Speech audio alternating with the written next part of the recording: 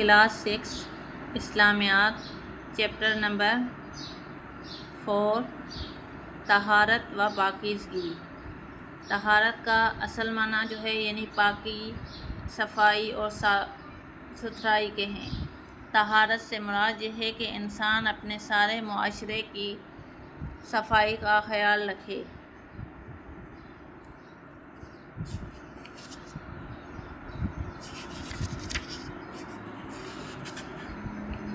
اور exercise number 1 ہے یعنی درست جواب کا انتخاب کیجیے۔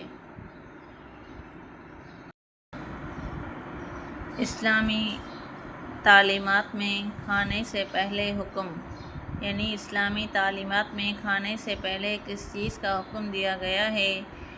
تو آپشن اے ہے منہ دھونے کا حکم ہے، بی ہے چہرے دھونے کا حکم، سی ہے بازو دھونے کا حکم، ڈی ہے ہاتھ دھونے کا حکم۔ تو کریکٹ آپشن جو ہے وہ ڈی ہے، یعنی اسلامی تعلیمات میں کھانے سے پہلے ہاتھ دھونے کا حکم ہے۔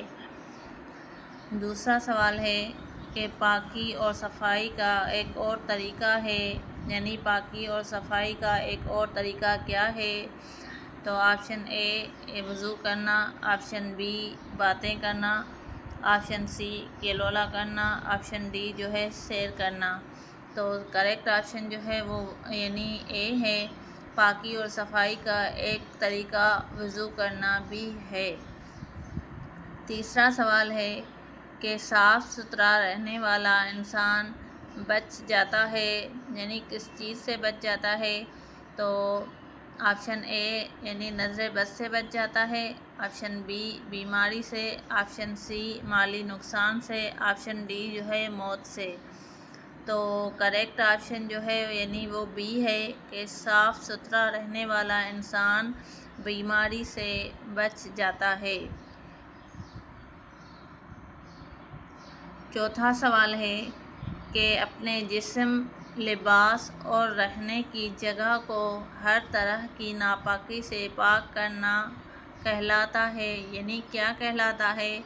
تو آپشن اے یعنی طہارت و پاکیزگی، آپشن بی یعنی غسل کرنا، آپشن سی یعنی وضو کرنا، آپشن ڈی یعنی تیمم کرنا۔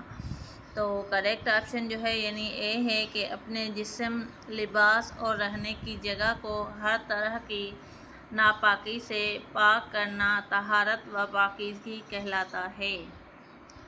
پانچواں سوال ہے کہ حدیث کے مطابق ایمان کا آدھا حصہ ہے، یعنی ایمان کا آدھا حصہ کیا ہے؟